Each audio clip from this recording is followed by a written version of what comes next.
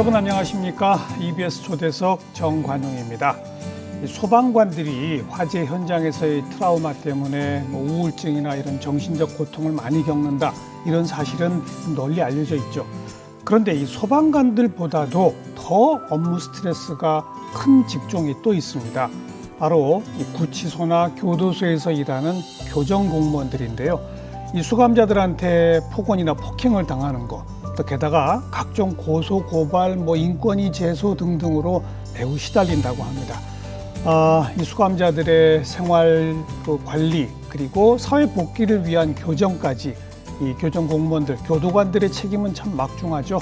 그래서 오늘 19년 차 교도관 한 분 초대했습니다. 수원구치소 지금 기동순찰팀의 팀장을 맡고 있는 박정호 팀장입니다. 어서 오십시오. 안녕하십니까. 네. 교도관 박정호입니다.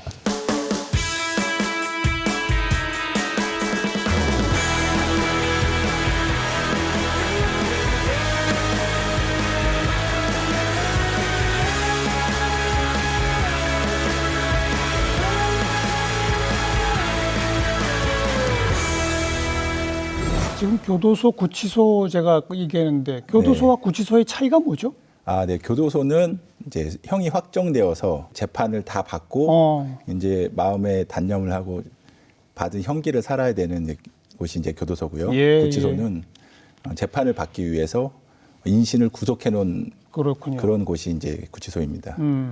그러면 3심까지 가는 경우도 많으니까. 맞습니다. 구치소에서 지내는 기간도 꽤 길겠네요. 네, 구치소에서 지내는 기간도 길지만 교도소와 구치소의 차이점을 조금 말씀드리면은 이제 구치소 같은 경우에는 본인들이 일단 무죄 추정을 받고 있다고 생각을 합니다.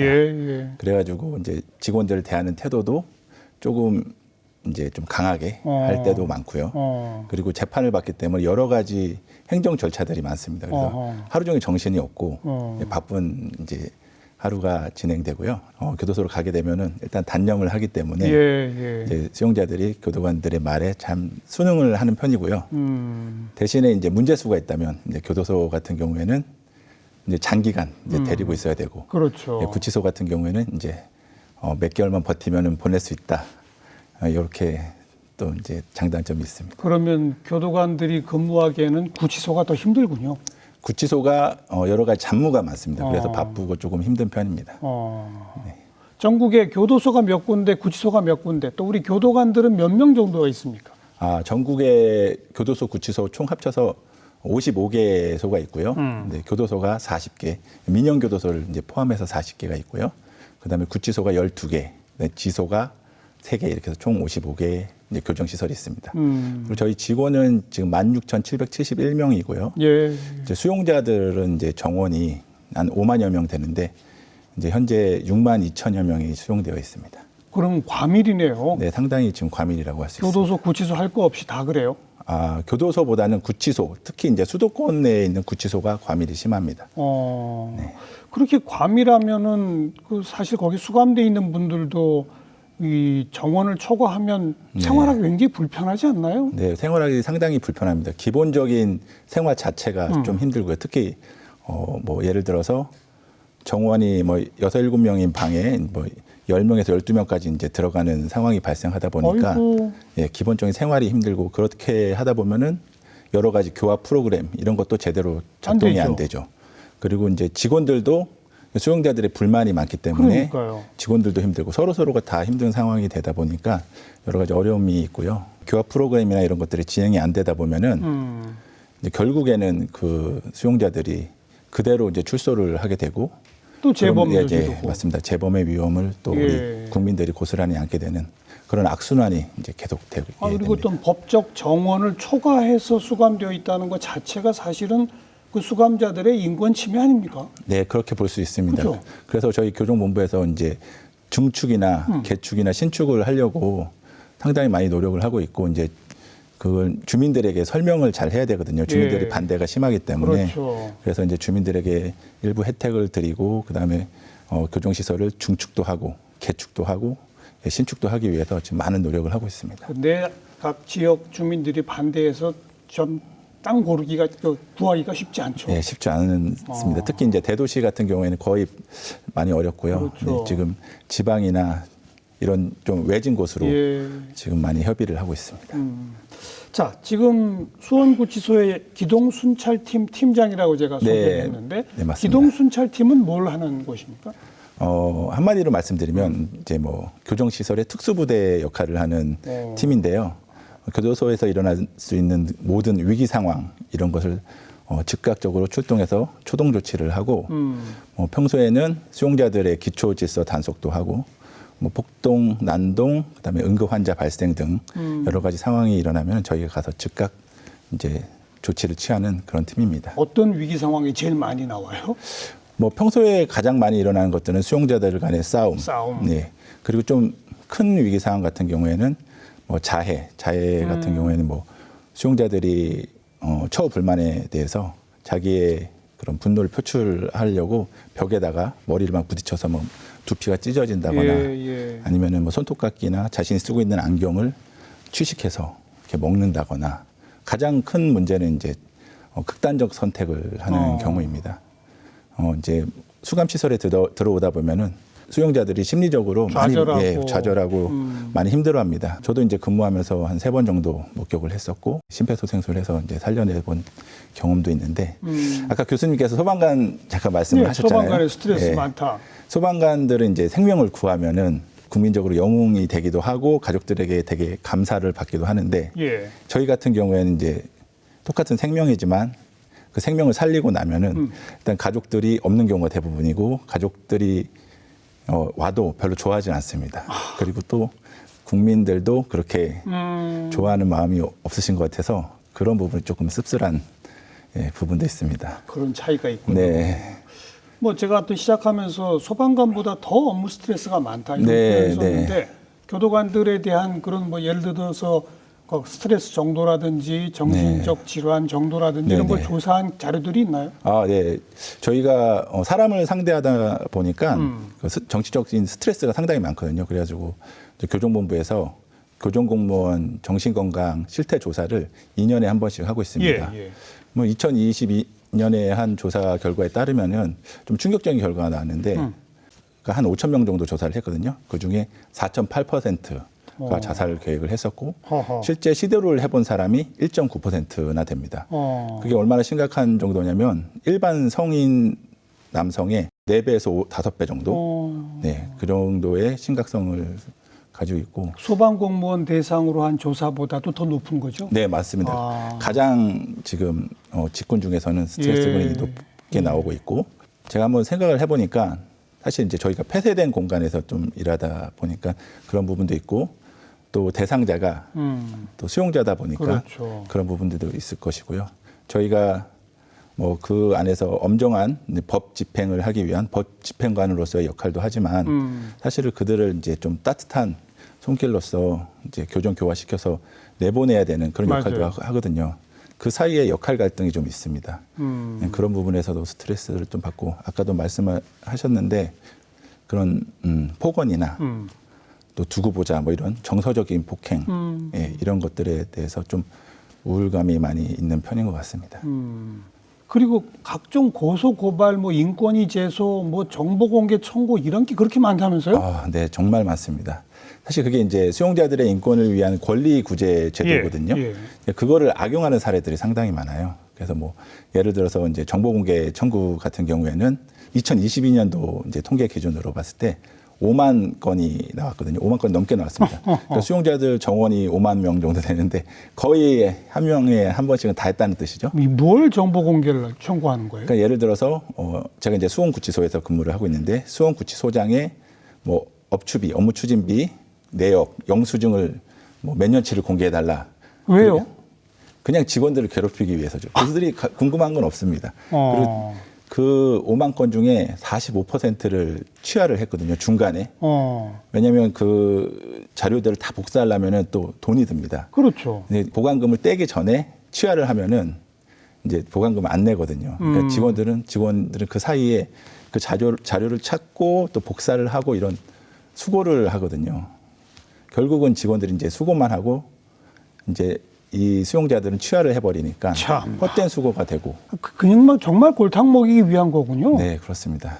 아니, 그 방금 예를 들었던 뭐 교도소장의 업무 추진비 그 내역을 정보 공개 청구를 하면 들어줄 수밖에 없어요.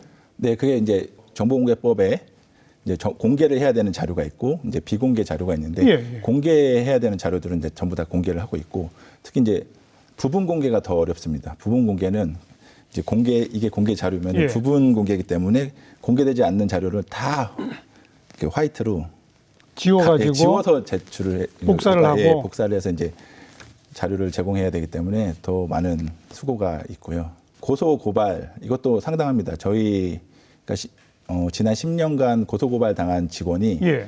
16,300여 명 정도 되거든요. 16,000명이 지금 거의 네, 직원입니다. 그러니까 거의 다죠. 어. 네. 이제 그 중에 실제로 이제 기소가 된 것은 0.04%밖에 안 됩니다.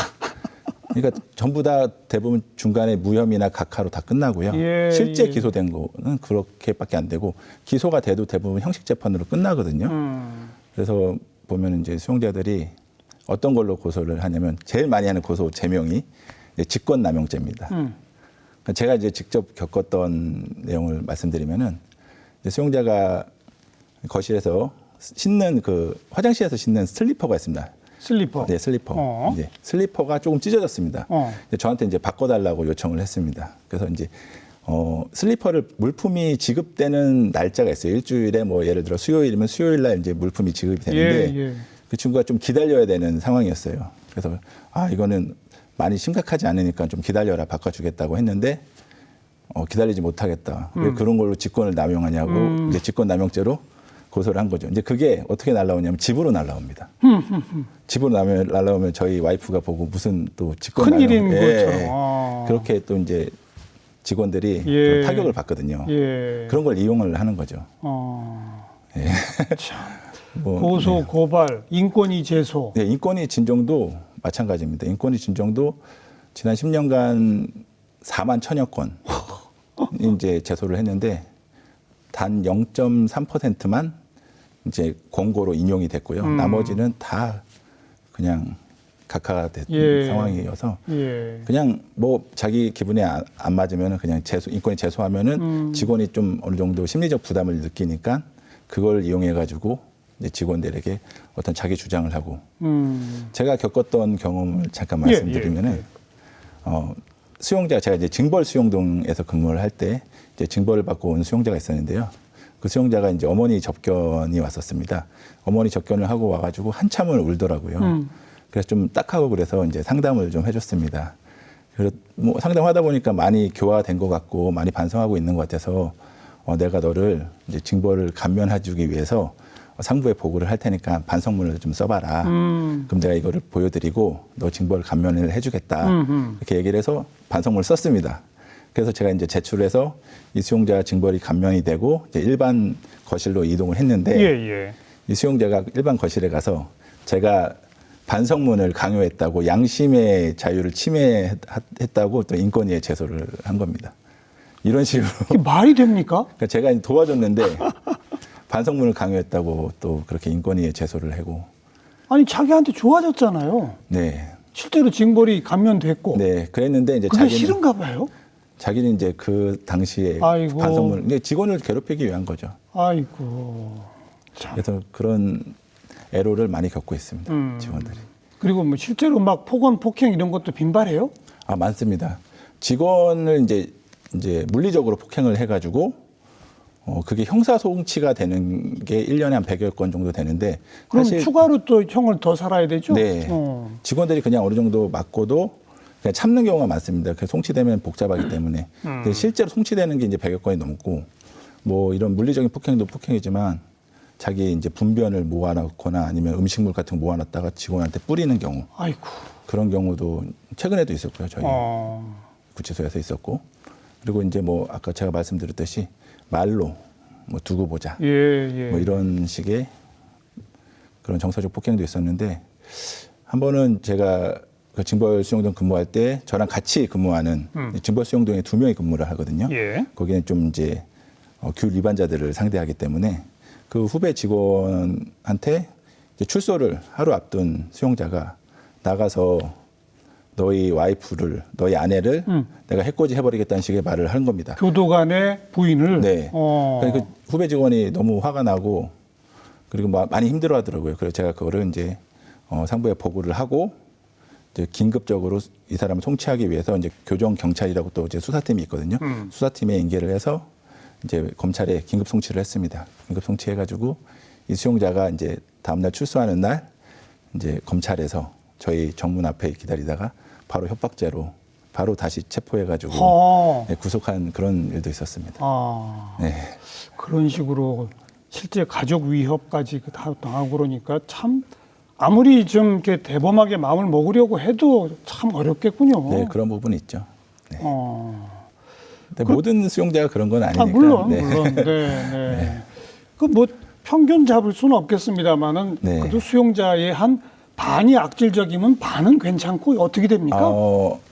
95%는 괜찮습니다. 네. 네, 5%가 직원들을 다 이렇게 힘들게 하는 겁니다. 네. 뭐 인권위 진정 이런 경우는 이제 뭐 많이 하는데 뭐 그렇게 직원을 협박한다거나 뭐 폭행한다거나 이거는 일부 문제의 수용자들이 한 기관을 그렇게 많이 힘들게 하죠. 네, 합니다. 그래도 95%는 비교적 네. 고분고분합니까? 네, 그래도 규율을 따르려고 하고요. 네, 이제 이 안에서도 기초 질서를 어기면은 밖에서도 더 큰 죄를 저질 수 있기 때문에 그렇죠. 저희가 이렇게 설명을 잘 하고 잘 순응하려고 합니다. 또 모범수로 지내면 뭐 가석방 되기도 하고 하니까. 네, 맞습니다. 그런 걸 위해서라도 네. 그렇겠네요. 네, 자신들의 그런 처우급이랑 이런 거를 올리기 위해서 경비 처우급 같은 거 올리기 위해서 그렇죠. 노력을 합니다. 네. 5%가 그렇게 많은 힘들게 한다 교도관들을. 네, 맞습니다. 그렇게 그 교도관들을 좀 지원하는 시스템 좀 있습니까?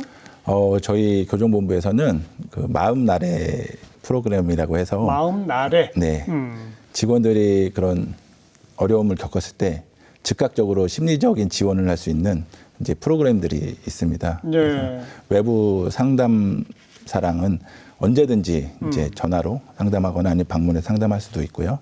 뭐 살림치유 프로그램이나 아니면 자긍심 고치시키는 그런 프로그램, 뭐 레포츠 같은 것도 이제 직원들 심리 치료 프로그램으로 지금 많이 지금 운영되고 있습니다. 네.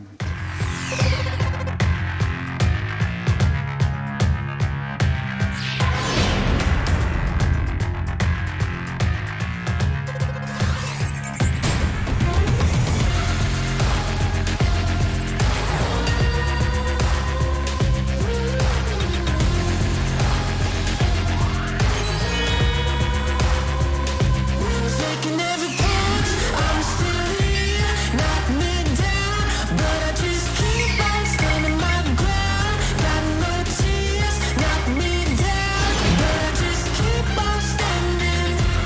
Yeah. I just keep on standing.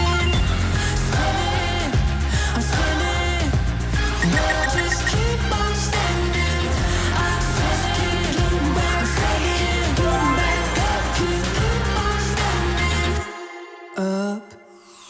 하루 일과가 보통 어떻게 돼요? 교도관들의 일과는? 교도관들은 이제 뭐 교도관 업무가 너무 다양해가지고 일단 수용동 근무자 기준으로 따졌을 때는 이제 여러분들이 이제 국민들이 아시는 거는 이제 수용동에서만 근무한다고 생각을 하시잖아요. 예, 수용동 근무자들 기준으로 따지면 이제 8시에 출근을 합니다. 8시에 출근을 하면은 야간 근무자랑 같이 이제 인수인계를 합니다. 인원 점검을 하고 잘 있는지 인원 점검을 하고 그 다음에 아침 일과를 시작을 합니다. 아침에 일과는 수용자들 각 방에 그 거의 한 명이 이제 직원 한 명이 수용자 한 100여 명을 이제 관리를 하는데요. 그들이 요청 사항들을 보고전으로 막 다 내거든요. 아침에 이제 보고전 이만큼 쌓입니다. 간단한 자기 지금 보관금이 얼마 있는지 알려달라, 재판 날짜 언제인지 알려달라 이런 게 엄청나게 많이 쌓입니다. 그 잡무를 이제 처리하면서 아침에 수용자들 운동을 시키고요. 점심 때는 또 배식을 하고 또 뭐 재판이 있으면은 재판을 내보내고 계속 이러한 일들을 계속 하고요. 의료 업무가 있을 때는 이제 수용자들 병원에 보내고 그 안에 또 이제 병원이 있거든요. 네. 그런 업무를 계속하고 또 중간중간 이제 상담 보고전이 나오면 상담을 하고 계속 이게 엄청나게 많은 일들을 하루에 지금 다 처리를 해야 되거든요. 수용자 100명이다 보니까 그 사람들마다 요구사항이 다 달라서 한 명이 100명을 관리한다. 어렵죠. 네, 어렵습니다. 지금 100명 넘는 수용동도 많습니다. 아이고. 120명, 130명 되는 데도 많고. 네. 네, 그래서 이제 혼자 하다 보면 또 그 중간에 케어하지 못한 애들끼리 또 싸우고 뭐 그렇게 하면 또 이제 전쟁터 같이 됩니다. 그러면 또 우리 기동수사팀이 가서 또 도와주고 이렇게 이런 식으로 해서 하루를 또 마무리하고 중간중간 또 그 인원 점검을 항상 하고. 눈코 뜰 수 없겠네요. 네, 맞습니다. 식사도 맘 편히 못 하시겠어요? 식사 교대 시간이 사실 정말 짧습니다. 식사 교대 시간이 저희가 기본적으로 그 일반 공무원들이나 뭐 회사원분들은 1시간 12시부터 뭐 예, 1시 이렇게 1시간을 주는데 저희는 1시간이 안 나와요. 거의 보통 한 3, 40분. 근데 사실 저희가 핸드폰 같은 거를 못 들고 들어가거든요. 그러니까 밥을 먹고 핸드폰을 못 들고 들어가요? 네네. 수용동에는 이제 핸드폰을 못 들고 왜요? 들어갑니다. 이제 수용자들과 이제 부조리가 생길 수도 있고 네네. 전자기 같은 게 또 들어가게 되면은 혹시라도 이제 분실을 하게 되면은 또 다른 범죄에 노출될 수도 있고 이건 저희뿐만 아니라 거의 전 세계가 거의 동일한 아, 그렇군요. 네, 내용이고요. 그래서 그 핸드폰을 확인하지 못하기 때문에 이제 점심시간에 이렇게 휴대폰에 확인도 하고 이제 뭐 SNS나 이런 것도 확인하고 밥 먹고 양치하고 또 교대를 좀 가야 되는데 이제 또 근무지에 들어갈 때 시간 딱 맞춰서 들어가는 것보다 한 5분 정도 일찍 들어가야 또 저를 대신해서 온 근무자가 기분이 좋지 않습니까? 그것까지 해서 가뜩 3, 40분밖에 없는데 거기서 또 5분 당겨가지고. 네, 그래서 또 그게 또 사회생활하는 방법이니까 예. 또 그렇게 하다 보면은 이 밥을 빨리 먹는 어. 그런 습관이 들고 저희가 그래서 저도 뭐 밥을 먹는데 거의 10분 이내로 다 먹습니다. 먹게 네, 되고 그런 직업병이 또 있죠. 근데 야간 당직도 자주 서야 되지 않나요? 아, 네 맞습니다. 그죠? 네, 야간 근무는 저희는 이제 4부제라고 해서 4일에 한 번 이제 야간 근무를 하고 있고요. 최대한 지금 본부에서 저희가 야간 근무 후에 휴식을 좀 보장하기 위해서 그래야죠. 노력을 많이 하고 있습니다. 원래는 휴식 보장이 안 돼가지고 쉬어야 되는 날에도 또 나오기도 하고 인원이 워낙 부족하다 보니까 그런 경우가 많았는데 최근에 이제 그 문제를 해결하기 위해서 지금 많이 노력을 하고 있고 지금 많이 개선이 되고 있습니다. 지금. 자, 어쩌다가 교도관이 되셨습니까? 벌써 19년 차신데. 네, 저는 사실 이제 교도관이라는 직업도 몰랐고 사실 공무원 저희 아버지가 제복 공무원이셨기 때문에 공무원은 절대 안 한다고 생각을 했었는데 아버님이 어떤 저 군인 공무원이셨고요. 직업 군인이셨고. 예. 네. 그래가지고 이제 그 힘든 삶을 봤기 때문에 저는 그냥 평범하게 일반 직장인이 되고 싶었는데 예. 제가 호텔 경영 전공했거든요. 예, 그래서 이제 호텔 전공을 살려서 유학을 가려고 준비를 하고 있었는데 어떤 그 저희 선배 한 분이 한 명이 그 교정학 책을 들고 다니더라고요. 저 처음에 치아 교정 뭐 이런 건 줄 알았는데 교도관에 대해서 얘기를 하더라고요. 그래서 그게 무슨 직업인지 잘 이해를 못했는데 영화를 한 편 보라고 해서 그린 마일이라는 영화를 보게 되는데 그린 마일. 네, 거기에서 상당히 톰 행크스 나오는. 네, 맞습니다. 네, 저 봤어요. 네, 거기에서 상당히 많은 감명을 받고 또 이제 진로에 대해서 다시 한번 고민을 많이 하게 되다가 나도 누군가에게 도움이 되는 사람이 되고 싶다는 그런 생각을 갖게 되고 또 이제 공무원 시험을 또 보게 되었습니다. 교도관은 따로 뽑죠? 아닙니다. 똑같이 국가공무원 시험인데 과목이 조금 다르고요. 네, 1년에 한 번 국가공무원 그 공채 시험을 보고 들어오게 됩니다. 그렇군요. 네. 그 처음 부임한 곳이 어디였습니까? 저는 교수님은 또 아시는 그 청송교도소. 그 제일 흉악범들이 많이 간다는 거기죠? 네, 제가 임용했을 때만 해도 그 청송교도소였고 그 흉악범들이 상당히 많았고 대부분들이 무기수, 살인이었죠. 지금 이제 경북 북부 제1교도소로 이 명칭이 바뀌었고요. 예. 제가 처음 들어간 근무지가 청송교도소 안에서도 가장 힘든다는 경무지였어요. 그러니까 제가 덩치가 크다 보니까 그런 쪽으로 많이 보내긴 하더라고요. 그래서 제가 거기 갔더니 이제 한 수용자는 환청 때문에 화장실에다가 변기에다 머리를 박고 물을 계속 내리고 있었어요. 이제 아. 한층 안 되려고. 아, 어떤 수용자는 그런 사람은 치료를 받아야 되지 않아요? 그쵸, 약을 먹는데도 안 되니까 어. 이게 사람을 죽이고 들어온 수용자들이 그 수용동의 대부분이었고 거기에 상당히 눌림이 있더라고요. 근데 처음에는 상당히 겁도 많이 먹고 그들이 딱 쳐다보면은 마음이 쿵 내려앉아서 눈을 막 피하고 그랬거든요. 그랬겠죠. 네, 근데 뭐 지금은 이제 많이 경력이 되고 이제 시체 말로 짬이 차서 이제 수용자들이 그렇게 쳐다보면은 제가 그냥 눈인사하면서 고생 많아요 이렇게 딱 따뜻한 마음을 전하면 예. 그 수용자들도 이제 눈빛이 좀 따뜻하게 변하고 예, 이렇게 신입 교도관이 오면은 또 이 수감자들이 일부러 또 좀 더 막 험하게 하죠. 아 맞습니다. 그죠?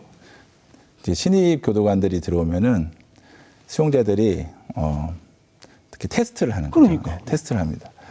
얼마 전에도 저희 수원구치소에서 어떤 일이 있었냐면 수용자가 방에서 운동을 여러 명이서 운동을 하고 있었어요. 이제 조직폭력 수용자도 있었고요. 그 추종 세력들도 있었고 운동을 하고 있었는데 이제 거실에서 운동하면 다른 사람들에게 방해가 되기 때문에 그걸 하지 못하도록 신규 직원이 하지 말라고 지시를 했는데 그 수용자가 딱 보고 신규 직원인 걸 알고 어디서 찌끄레기가 왔네 뭐 이런 식으로 얘기하면서 야 신경 쓰지 마 그냥 해 이러는 겁니다. 그중에 좀 우두머리 같은 애들이 그러면은 누가 봐도 막 분노가 치밀어 오르잖아요. 예, 예. 네, 그래서 그런 식으로 이제 감정을 테스트를 하는데 제가 그때마다 이제 신규 직원들한테 강조하는 게 그때 감정 조절을 해야 얘네들 처벌을 할 수가 있다. 그때 자기가 흥분해가지고 이제 뭐 욕을 한다거나 아니면은 감정적인 행동을 한다면은 그들 처벌할 수가 없거든요. 똑같이 되기 때문에 이제 그럴 때는 저희가 항상 이제 바디캠이라고 촬영할 수 있는 예, 도구를 예. 차고 다닙니다. 촬영하고 이제 관계 규정을 고지하고 바로 규정대로 처벌하고 불필요한 말 하지 않고 이렇게 하면은 수용자들이 되게 무섭게 생각을 해요. 그냥 아주 행정적이고 사무적으로. 네, 사무적으로 규율 위반했을 때는. 대신에 이제 수용자들이 고충이 있거나 상담을 요청할 때는 감정을 엄청 개입을 많이 시켜줍니다. 그래서 아, 그랬구나. 아, 그래, 네 말이 맞다. 아무리 좀 말이 안 되고 허무맹랑한 말을 해도 그냥 인정해주고 아, 그렇지. 이렇게 얘기해주면은 수용자들이 자기가 인정받고 자기 말을 경청해준 그런 경청받아본 경험이 없기 때문에 야, 맞아요. 그래가지고 그 수용자들이 감동을 합니다. 그래서 이제 직원 말을 잘 따르죠. 그러니까 규율 위반의 경우와 상담의 경우 교도관의 태도가 완전히 달라져야 되는군요. 아, 네, 맞습니다. 그것도 능력이겠어요. 그게 이제 교도관이 가장 갖추어야 될 덕목 중에 하나거든요. 감정 조절하는 거. 근데 신규 직원들은 의협심이 상당히 강해요. 정의감도 강하고. 그래서 이 범죄자들을 내가 응징을 해야겠다 이런 마음을 가지고 온 이제 직원들이 많기 때문에 그 감정 조절 능력을 기를 수 있도록 이제 제가 많이 도와주기도 하고 네. 많이 조언도 해주죠. 네. 네. 그 뭐 각종 희대 이름 알려진 흉악범들도 네. 다 만나셨겠어요? 웬만한 좀 유명한 이름이 알려진 그런 범죄자들을 다 만나본 것 같습니다. 조직 폭력배들이 교도소 안에서도 조직을 뭐 해가지고 네. 영화에 보면 그런 거 많이 나오잖아요. 엄청 많죠. 실제로 그런 일이 벌어집니까? 아, 그런 질문 되게 많이 받거든요. 이제 사회에서도. 근데 사실 조직폭력 수용자들이 안에서 생활을 잘하는 경우가 상당히 많아요. 오히려 뭐 조직폭력 수용자들을 그 추종하는 추종 세력들이 더 말썽인 경우가 많고. 조직 폭력배를 추종해요? 네. 무슨 말이죠, 그게?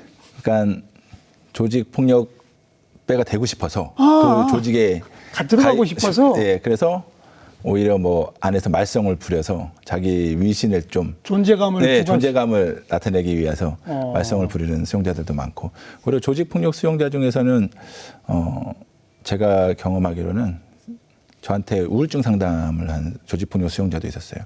그 수용자는 출소일이 다가오고 있었는데 나가기가 두렵다는 거예요. 나가면 또 그 일을 네, 나가서 조직폭력배 일을 하기 싫은데 그 일을 또 해야 된다는 생각에 우울감이 찾아와가지고 저한테 상담을 요청한 경우도 있었고 오히려 이제 조직폭력 수용자들이 출소해가지고 저한테 그 SNS로 안부 인사 물어보는 수용자들도 있고 한 번은 그 추종 세력이 이제 제가 근무하는 징벌 수용동에 들어왔는데 마침 징벌 수용동에 중견 조직폭력 수용자가 있었어요. 예. 제가 그 방에 이제 넣으면서 중견 조직폭력 수용자한테 이 친구가 조직폭력배를 되고 싶어 하는데 자네가 좀 잘 얘기해서 안 좋은 점 얘기해서 조직폭력 되지 않도록 예. 잘 이끌어 봐라. 뭐 예방을 해봐라. 예.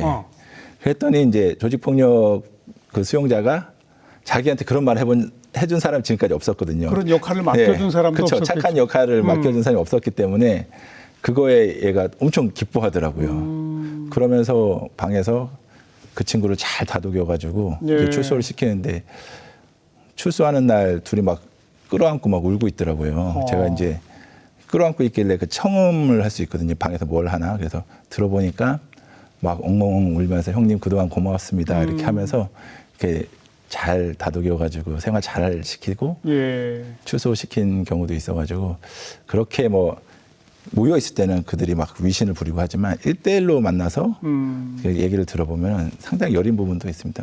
조직폭력배를 미워하는 건 아니고 예, 다 그렇지는 않더라고요. 근데 아무튼 영화에서처럼 조직폭력배들이 말썽을 부리는 건 아니군요. 네, 그래서 오히려 차분하게 지내는군요. 차분하게 지내는 수용자들이 많고 뭐 집단으로 막 그렇게 싸움을 일으키거나 네, 네. 이런 경우 제가 19년 동안 일하면서 한 번도 본 적은 없고요. 오히려 그 안에서 자주 왔다 갔다 하다 보니까 네, 직원들한테 순응하려고 하는 조직폭력배들은 자주 왔다 갔다 하니까. 하죠. 예. 그렇군요. 네. 그런 경우도 있고. 상담, 그래서 정말 교정교화를 시키는 이게 네. 또 아주 주된 업무 중에 하나 아닙니까? 네, 맞습니다. 그죠? 네. 지금까지 기억에 남는 그런 수감자들 많으실 것 같아요. 네, 기억에 남는 수용자들 상당히 많은데 네. 상담을 통해서 이제 좀 정화시켰던 수용자는 제가 천안에 근무할 때 이제 상담을 요청해서 상담을 했는데 그 수용자는 예. 어떤 수용자냐면 일반인들이 그런 브랜드 있는 그 테이크아웃 커피를 들고 다니면은 그런 폭행을 하고 싶어하는 그런 마음이 든대요. 왜요?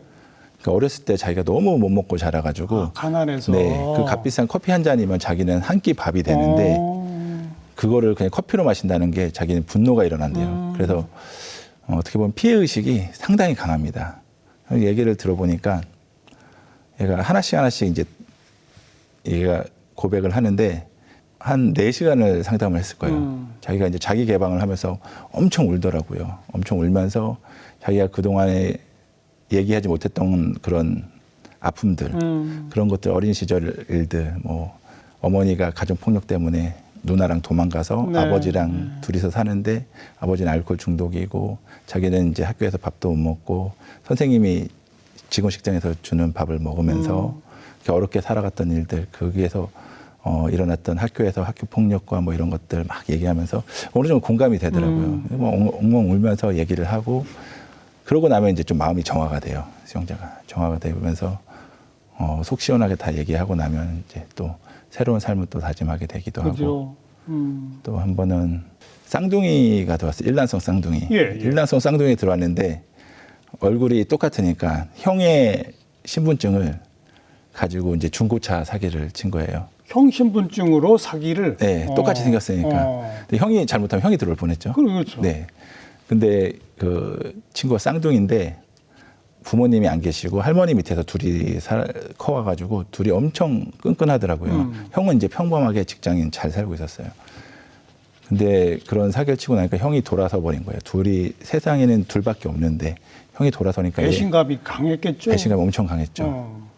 그래서 이 수용자가 그거를 되게 못 견뎌 하더라고요. 형이 이제 나한테는 형밖에 없는데 형이 쌍둥이 형이 이제 나를 안 본다.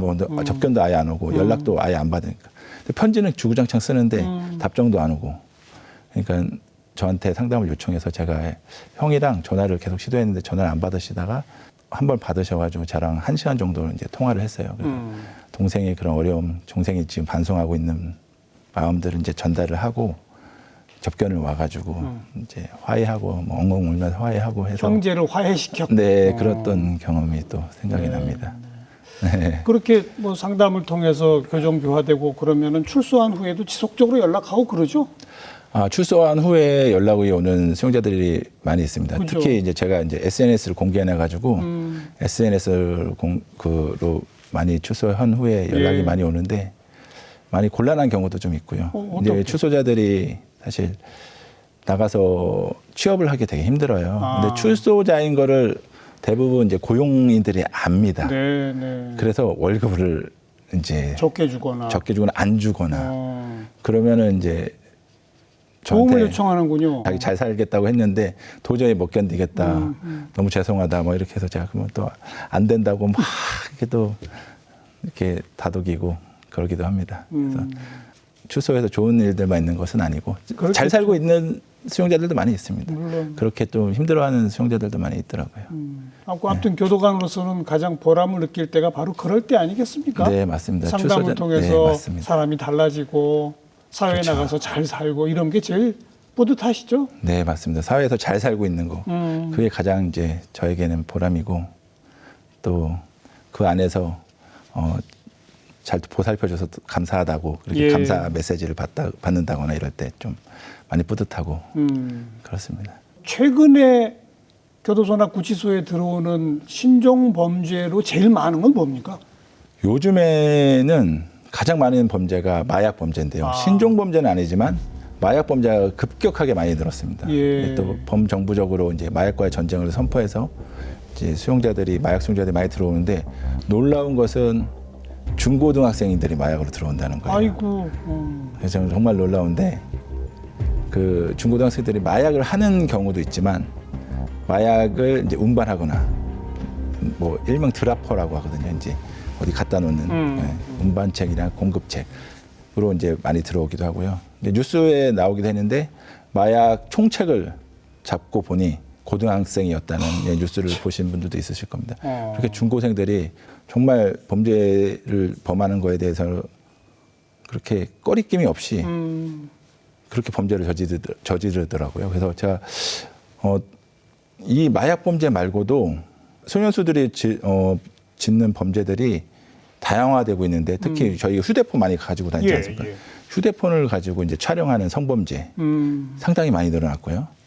그리고 이제 조건 만남 이런 것들을 조건 만남을 유인해가지고 감금을 합니다. 근데 어디로 오라고 해서 이제 조건 만남 하는 척하면서 숨어 있다가 감금해가지고 그 사람을 폭행하고 협박하고 돈을 이제 뜯어내고 그 사람이 가지고 있던 차까지 이제 고등학생이 운전하다 사고를 내고 그렇게 들어오기도 하고 이제 점점 소년수들이 이제 범죄가 대담해지고 대범해지는데 이게 어디서부터 문제인가 제가 많이 고민을 하게 되고 사실 이제 범죄에 대한 관대한 그런 사회적 분위기도 어느 정도 조성이 된 것 같고 또 유튜브나 여러 가지 매체를 통해서 범죄를 좀 가볍게 희화시키고 뭐 교도소나 교정시설에서 나온 출소자들이 뭐 별거 아니다는 식으로 이렇게 얘기하는 것들에 영향을 많이 받는 것 같아요. 그런 소년 수용자들을 위한 학교도 생겼잖아요.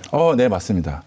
2023년 이제 작년이죠. 3월에 이제 소년범죄 종합적인 이제 대책의 일환으로서 이제 소년 그 만델라 학교라고 서울 남부교도소에 생겼거든요. 그 만델라 학교에는 지금 현재 46명의 소년수들이 공부를 하고 있는데 사실 그 수용자들이 나이가 14세에서 17세가 대부분이에요. 그 나이 때는 사춘기잖아요. 저희 집에도 이제 사춘기 애들이 2명이 있는데 이제 공부 안 하고 말 안 듣거든요. 근데 그 친구들은 더 감정 조절이 안 되고 충동적이고 막 그렇습니다. 그런 아이들을 데리고 이제 저희 교도관들이 교사 자격증을 가지고 있는 교도관들이 공부를 시켜가지고 정규 교과과정 공부를 하는 거죠? 정규 교과과정 공부를 하는데요. 이제 검정고시 많이 대부분 그러니까요. 이제 중졸, 고졸 이제 검정고시를 하고요. 네, 이번에 4월달에 이제 검정고시에서 26명이 받는데 전원 이제 다 합격을 했고요. 예. 그 중에 한 명이 이제 고졸 검정고시 만점을 받았습니다. 만점까지. 네. 그래서 이제 그 수용자는 이제 출소를 했어요. 출소를 했는데 저희 직원이 또 안내를 해가지고 지방에 있는 기숙학교에서 지금 계속 공부를 하고 있습니다. 네, 그래서 네. 올해 수능에서 좋은 성적을 기대하고 있습니다. 네. 네. 뭐 그렇게 소년 수용자를 위한 학교 이처럼 네. 일반 수용자의 사회 복귀를 돕는 카페 이런 것도 있죠. 맞습니다. 지금 서울 동부구치소에 따송 카페라고 따뜻한 손길, 이렇게 줄여서 따손 카페인데요. 운영하고 있습니다. 따손 카페 운영하고 있는데 거기에는 이제 저희 교정 시설에서 운영하는 직업 훈련 프로그램이 다양해요. 예. 그 중에 이제 뭐 제빵, 제과, 뭐 바리스타, 뭐 임의용, 예. 뭐 한식, 양식, 뭐 중장비 밖에서 따려면 상당히 어렵거든요. 자격증을 다 따는 거죠. 네, 훈련을 시켜가지고 이제 그들의 이제 사회 정책을 돕기 위해서 그런 기회를 주는 건데 그 중에서 이제 제빵이랑 바리스타 자격증을 딴 그 여자 수용자들이 네. 출소를 하면은 바로 취업하기가 어렵잖아요. 그래서 그 따손 카페에서 어느 정도 운영하는 방법이나 일을 해보면서 이제 초기 정착할 수 있는 그런 시스템을 경험을 해보도록. 경험할 수 있도록 이렇게 도와주는 네, 그런 카페입니다. 그런 것들이 더 많아져야죠. 많아져야죠. 모든 구치소, 교도소에 좀 다 생겨야 되지 않습니까? 그러길 바라고 있습니다. 네. 교도관이라는 직업을 한마디로 정의하신다면 뭐라고 하시겠습니까? 저는 등대라고 생각합니다. 등대? 네. 저희가 뭐 빛나고 남들이 막 부러워하는 그런 직업은 아니지만 그 어두운 그 바닷길을 가고 있는 누군가에게 한 줄기 빛이 될 수 있는 그런 역할을 하는 사람들이기 때문에 등대라고 말하고 싶습니다. 정말 적절한 비유인 것 같네요. 감사합니다. 네. 교도관, 수감자들이 교도관을 보고 위안을 삼고 네. 어떤 길잡이가 될 수 있는 네, 맞습니다. 그런 역할이 돼야죠. 네, 맞습니다. 교도소, 구치소가 처벌을 위한 기관인가 교정을 위한 기관인가.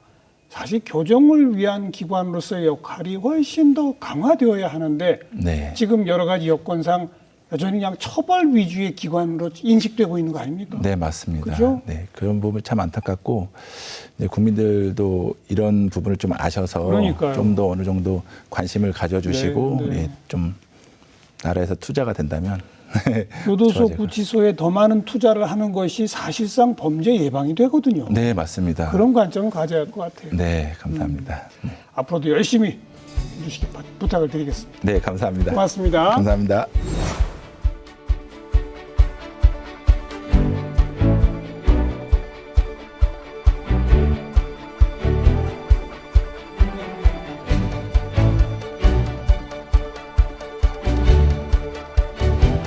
바닷길 비추는 등대처럼 많은 수감자들에게 정말 길잡이가 되는 그런 교도관들 더 많이 우리가 좀 박수치고 칭찬해 드려야 할 것 같습니다. 다음 시간 또 뵙겠습니다. 안녕히 계십시오.